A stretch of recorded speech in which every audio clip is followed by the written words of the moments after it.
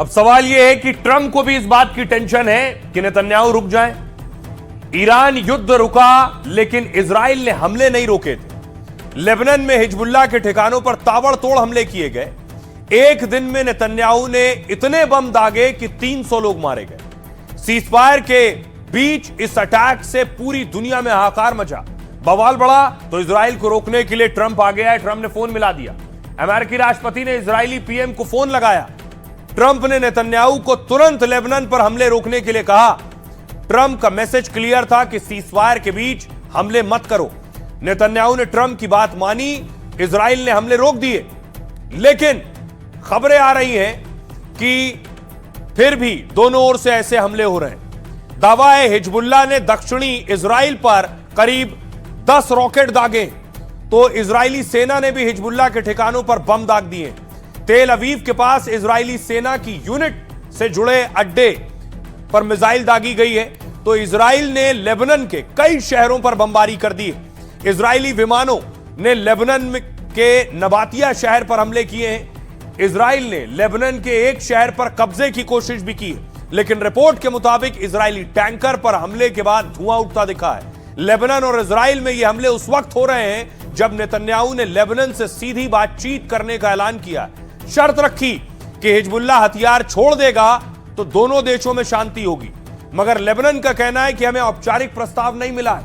वैसे भी जब तक हमले नहीं रुकेंगे तब तक कोई बात नहीं हो पाएगी। कहा यह जा रहा है कि हिजबुल्लाह ने भी हथियार छोड़ने से इनकार कर दिया है, जिससे शक है कि इजराइल हमले नहीं रोकेगा और जंग भड़क सकती है। तो आखिर कैसे रुकेगी जंग?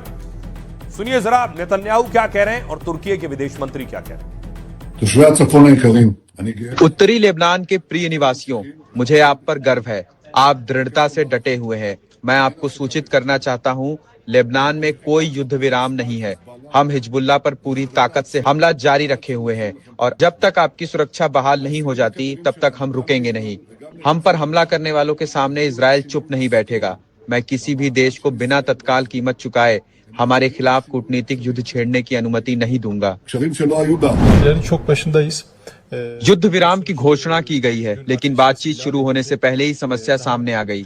जैसा कि उम्मीद थी, इजराइल ने बाधा उत्पन्न करते हुए लेबनान पर बड़े पैमाने पर हवाई हमला किया।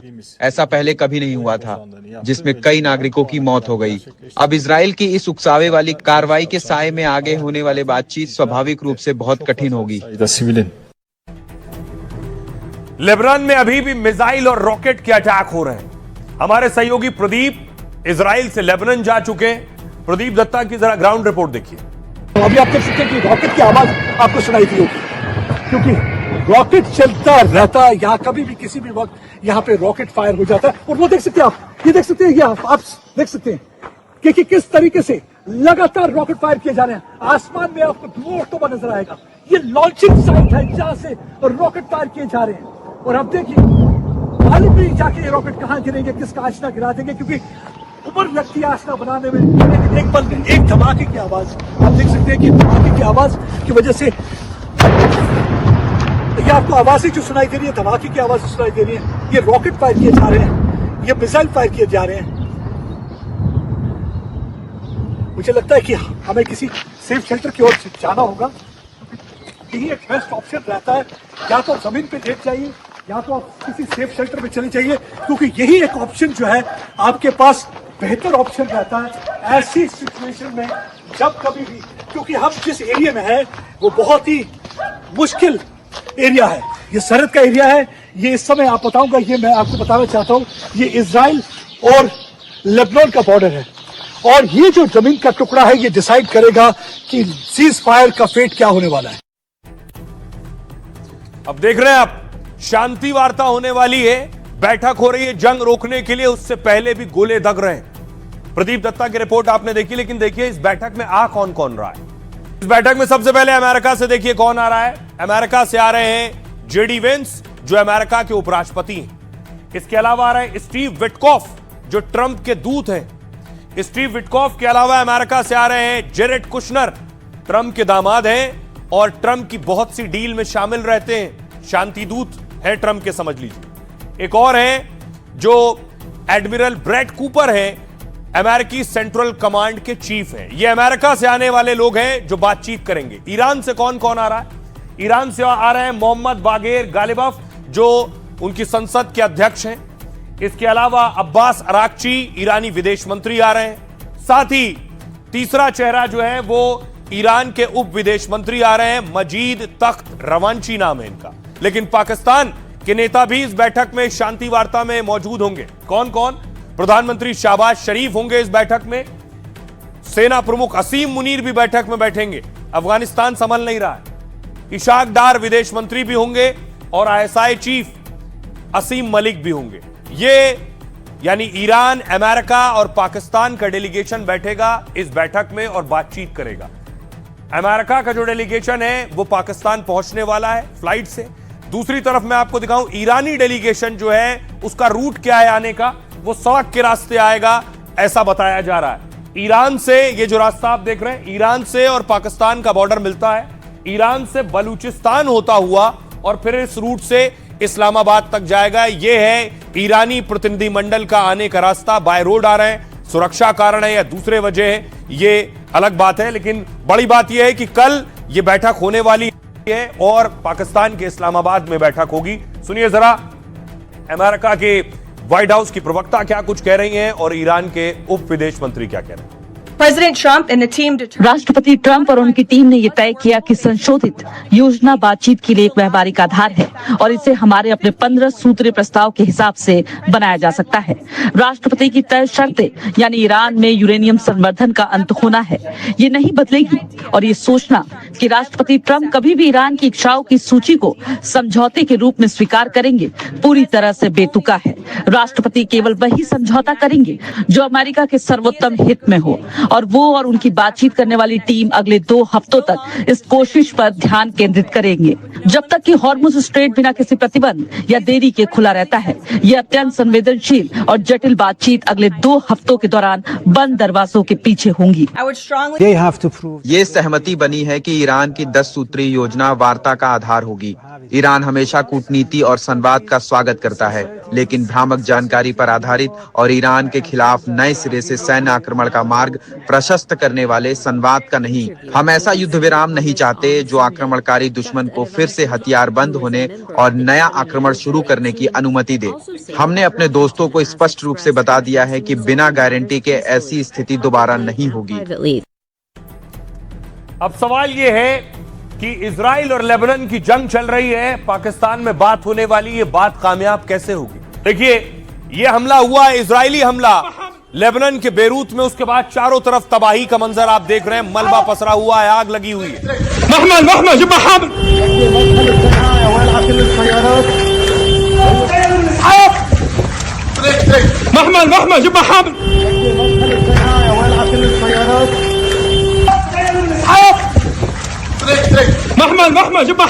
और इजराइल अटैक कर रहा है तो हिजबुल्लाह ने भी मिसाइल दाग दी है इजराइल पर।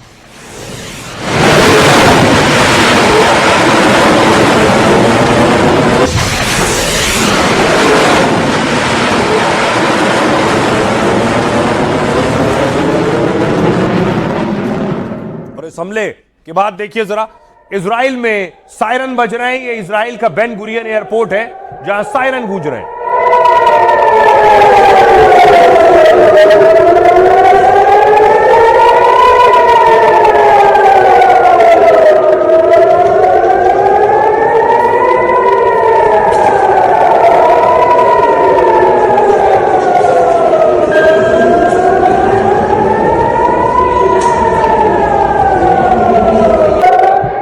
तो दूसरी तरफ देखिए जरा, इजरायली हमलों के बाद ये लेबनान की एक सड़क है और चारों तरफ आपको मलबा, जली हुई गाड़ियां, बम के धमाके और बारूद से नजर आएंगी।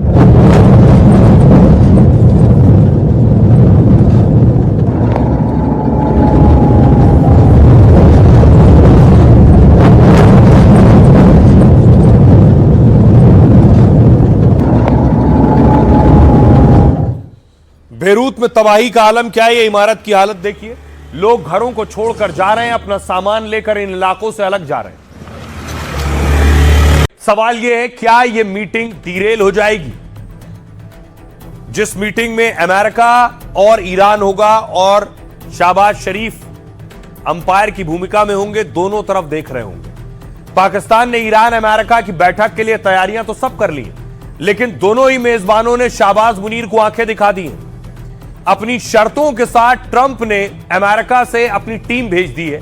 उपराष्ट्रपति जेडी वेंस के नेतृत्व में अमेरिकी प्रतिनिधि मंडल रवाना हो गया, मगर ईरान ने तो पाकिस्तान को खून के आंसू रुला दिए, क्योंकि ईरान ने पहले बैठक में आने की बात कही, फिर इनकार किया। अब कहा जा रहा है कि बड़ी मुश्किल से उसने आने की हामी भरी है, लेकिन शर्त रखी है कि लेबनान में हमले नहीं रुके तो बात करने का मतलब नहीं है। यानी सीधे तौर पर पाकिस्तान के जरिए अमेरिका को संदेश है, ताकि इजराइल हमले रोकेगा तो ही सीजफायर पर चर्चा होगी। दावा है कि ईरान का प्रतिनिधिमंडल हवाई रास्ते से नहीं आएगा, बल्कि ईरान के नेता बॉर्डर से सड़क के रास्ते पाक में दाखिल हो सकते हैं। वहां से पाक अफसर उन्हें बलूचिस्तान से इस्लामाबाद ले जा सकते हैं, जहां अमेरिका और पाक नेताओं के साथ ईरान की बैठक होगी, जिसमें परमाणु प्रोग्राम, मिसाइल, हॉर्मुज समेत कई मुद्दों पर बात होगी। लेकिन ईरान और अमेरिका को बातचीत की टेबल पर बनाए रखना बड़ी चुनौती है। अगर दोनों अपनी शर्तों पर अड़े रहे तो पाकिस्तान की बहुत बेइज्जती होगी। मतलब शाहबाज मुनीर के लिए यह बैठक मिशन इम्पॉसिबल की तरह है, जिसके सफल होने के कम और नाकाम होने के ज्यादा चांसेस हैं। सुनिए जरा, अमेरिकी उपराष्ट्रपति इस बैठक में पहुंच रहे हैं, वो क्या कह रहे हैं। हम इस बातचीत को लेकर आशान्वित हैं और मुझे लगता है कि ये सकारात्मक होगी। अगर ईरान के नेक नियत से बातचीत करने और खुले हाथ से आगे बढ़ने को तैयार है तो ये एक बात है, लेकिन अगर वे हमें बेवकूफ बनाने की कोशिश करेंगे तो उन्हें पता चल जाएगा कि हमारी टीम इतनी आसानी से नहीं मानने वाली। राष्ट्रपति ने हमें कुछ स्पष्ट दिशा निर्देश दिए हैं और देखते हैं कि आगे क्या होता है। जेडी वेंस को आप सुन रहे थे। ट्रंप के डिप्टी, अमेरिका के उपराष्ट्रपति ये पाकिस्तान पहुंच रहे हैं। कल ये बातचीत होने वाली है। बातचीत से पहले पाकिस्तान की एक तस्वीर आपको दिखाऊं, क्या हालात है पाकिस्तान में।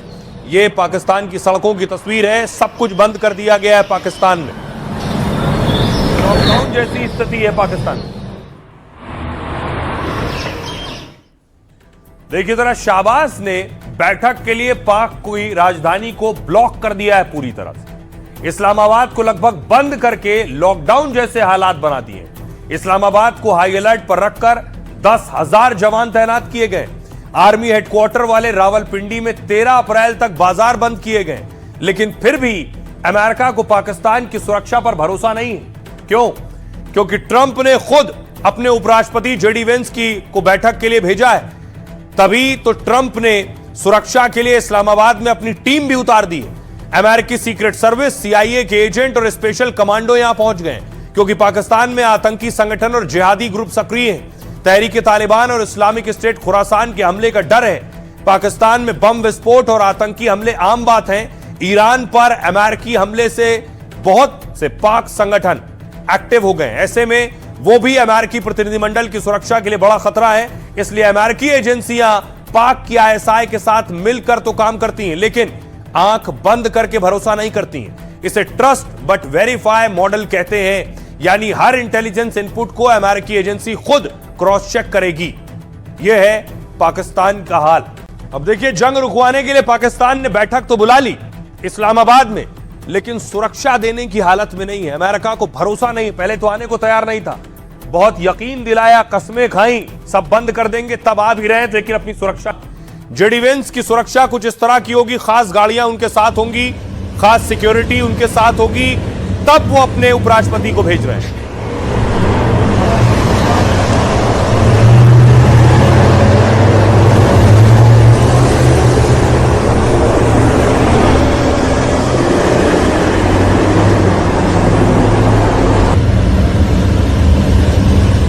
अब देखिए जरा, कैसी होगी पाकिस्तान में अमेरिका की सुरक्षा। जेडी वेंस, अमेरिकी उपराष्ट्रपति जेडी वेंस का यह प्लेन उड़ता हुआ किला है, इसी से पाकिस्तान आ रहे हैं। इसमें आधुनिक सुविधाएं हैं और हर हमले से निपटने की ताकत है। 155 फीट लंबे विमान में हर परिस्थिति में संपर्क करने की क्षमता है। एयरफोर्स 2 विमान की लैंडिंग से पहले पाक एयरपोर्ट सील रहेगा। यह उनकी गाड़ी। अमेरिका अपने उपराष्ट्रपति के लिए पाक की कारों पर भरोसा नहीं करेगा, इसलिए कहा यह जा रहा है कि जेडी वेंस के लिए हाईटेक कारें भी अमेरिका से आई हैं। क्योंकि अमेरिकी उपराष्ट्रपति की कार कोई सामान्य वाहन नहीं होती, बल्कि ये एक तरह का मोबाइल सिक्योरिटी कमांड सेंटर होती है। यह कार बुलेट प्रूफ होती है, यानी गोलियों और बम से भी सुरक्षित रहती है। वेंस के काफिले में करीब 20 से 40 कारें होंगी जो अभेद्य किले की तरह चलेंगी। सिर्फ एक कार नहीं होगी। अमेरिकी उपराष्ट्रपति वेंस के काफिले वाली कारों में कई और एक ही जैसी गाड़ियां होंगी, ताकि किसी भी हमले की स्थिति में दुश्मन को चकमा दिया जा सके। हालांकि उनके साथ हथियारबंद गाड़ियां, जैमर और सुरक्षा बंदोबस्त होगा। वेंस के काफिले के लिए 3 रूट तैयार होंगे। जहां से जाएंगे वो रेड जोन रहेगा। रास्ते में भारी सुरक्षा बल, स्नाइपर्स और डॉग स्क्वाड की तैनाती होगी। वेंस की सुरक्षा 3 लेयर होगी, जिसमें सबसे करीब अमेरिकी एजेंट्स होंगे। सुरक्षा का सबसे अंदरूनी घेरा यूएस सीक्रेट सर्विस के हाथ में होगा, जबकि पाक की एजेंसियां और पुलिस सिर्फ बाहरी सुरक्षा संभालेंगी। यह वो होटल जिस होटल में वेंस रुकेंगे उसे एक तरह का मिलिट्री बेस बना दिया है, जहां चेहरा पहचान कर ही एंट्री मिलेगी। सीसीटीवी से हर फ्लोर पर नजर होगी। खाने को भी पहले टेस्ट किया जाएगा ताकि किसी तरह के जहर का कोई खतरा ना हो। सुनिए जरा क्या कुछ कह रहे हैं इस पर पाकिस्तानी पत्रकार और भारतीय रक्षा विशेषज्ञ। कि जब पाकिस्तान ही कॉम्प्रोमाइज्ड है भीख मांगने की बुनियाद पर, तो लीडरशिप की क्या बात आप करेंगे? पाकिस्तान में अमेरिका की मर्जी के बगैर हुकूमत नहीं बनती। अभी भी आज भी ये हुकूमत भी अमेरिका की मर्जी से बनी है। उसकी मर्जी के बगैर नहीं बनी। पिछली भी ऐसी थी, उससे पिछली भी ऐसी थी, उससे पिछली भी ऐसी थी। पाकिस्तान की ईरान से कोई खास दोस्ती नहीं है। पाकिस्तान तो अमेरिका का पिछलग्गू है। तो ऐसी हालत में पाकिस्तान ना अमेरिका ना इजराइल पे कोई दबाव डाल सकता है। पाकिस्तान तो इजराइल को रिकॉग्नाइज भी नहीं करता। इजराइल भी इस्लामाबाद में कोई एम्बेसी नहीं है। इसी तरह से पाकिस्तान डायरेक्टली कोई भी इन्फ्लुएंस ना लेबनान पे रखता है ना हिजबुल्लाह पे रखता है। तो फिर पाकिस्तान को क्यों मध्यस्थता करने के लिए चुना गया? सबसे आश्चर्य की बात यह है कि पाकिस्तान ना अमेरिका पे कभी दबाव डालेगा, क्योंकि अमेरिका का पिछलग्गू है, और पाकिस्तान ईरान पर तो दबाव डाल ही नहीं सकता, क्योंकि ईरान के साथ कभी कभी पाकिस्तान के रिलेशन जो है वो टेंशन वाले हो जाते हैं। लेकिन देखिए, पाकिस्तान ने बातचीत से पहले ही अपना मुंह जला लिया। इसीलिए कहते हैं सोच समझ कर बोलना चाहिए। क्या किया शाहबाज के एक बहुत करीबी मंत्री ने? नेतन्याहू को कैंसर कह दिया इजराइल को। अगला ट्वीट दिखाऊं, ये आप देख रहे हैं, शैतान और कैंसर कह दिया इजराइल को, और जंग रोकने के लिए बैठक पाकिस्तान में हो रही है। और उसके बाद देखिए जरा नेतन्याहू और इजराइल ने पाकिस्तान को कैसे जवाब दिया इसके बाद कि शाहबाज के मंत्री को अपना यह ट्वीट डिलीट करना पड़ गया। सीजफायर और शांति वार्ता के बीच पाक इजराइल में तनाव है। पाकिस्तानी रक्षा मंत्री ख्वाजा आसिफ के भड़काऊ पोस्ट पर बवाल हो गया। ख्वाजा आसिफ ने एक पोस्ट में इजराइल की आलोचना की, इजराइल को दुष्ट और मानवता के लिए शाप बताया। जब पाकिस्तान में वार्ता होने जा रही है तब इजराइल लेबनान में नरसंहार कर रहा है। पहले गाजा, फिर ईरान और अब लेबनान में निर्दोष लोगों की हत्या। जिन लोगों ने फिलिस्तीनी भूमि पर कैंसर जैसे इस देश की स्थापना की, वो इन यहूदियों के विनाश के लिए काम करे। इस्लामाबाद में होने वाली बैठक से पहले इस बयान पर इजराइल भड़क गया। खुद इजरायली प्रधानमंत्री नेतन्याहू ने पाकिस्तान के मंसूबों पर सवाल उठाए।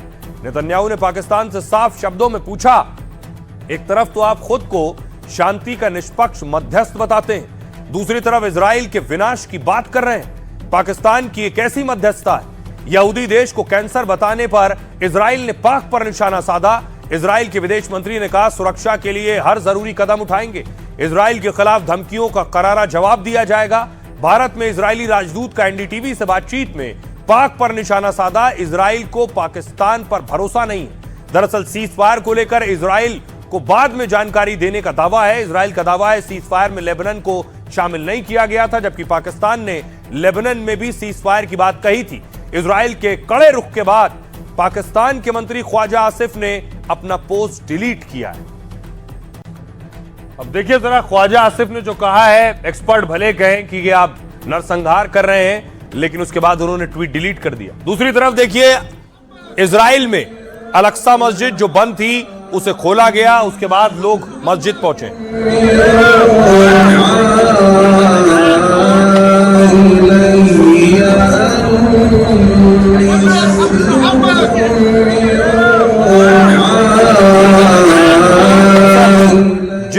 जंग चल रही थी उस दौरान अल-अक्सा मस्जिद बंद कर दी गई थी, उसके बाद अब वो मस्जिद खोली गई।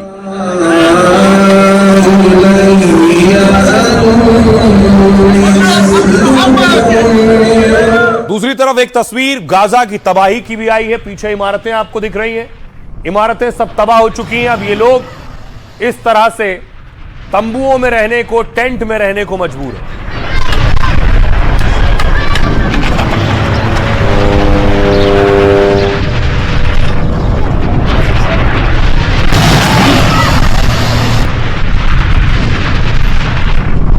और इसी के लिए ख्वाजा आसिफ सवाल उठा रहे थे इजराइल पर, और विरोधी इसीलिए कहते हैं कि इजराइल का ग्रेटर इजराइल बनाने का प्लान है, यानी इजराइल का विस्तार कई देशों को जोड़कर।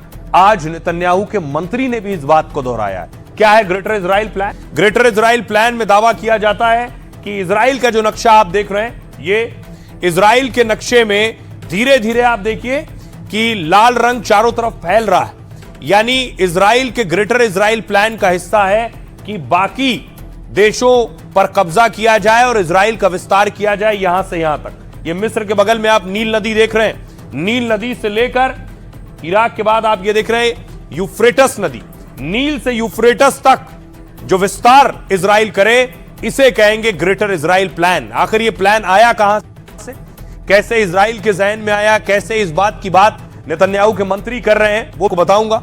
लेकिन देखिए, यह है greater Israel plan. Greater Israel यानी यहूदियों का एक बड़ा देश जो इजराइल और उसके आसपास के देशों से मिलकर बना हो, जो मिस्र में नील नदी से इराक में यूफ्रेटस नदी तक हो, और साथ ही यूफ्रेटस नदी तक फैला हो, और जिसमें फिलिस्तीन, लेबनान, जॉर्डन के साथ साथ सीरिया, इराक, मिस्र और सऊदी अरब के बड़े हिस्से शामिल हो।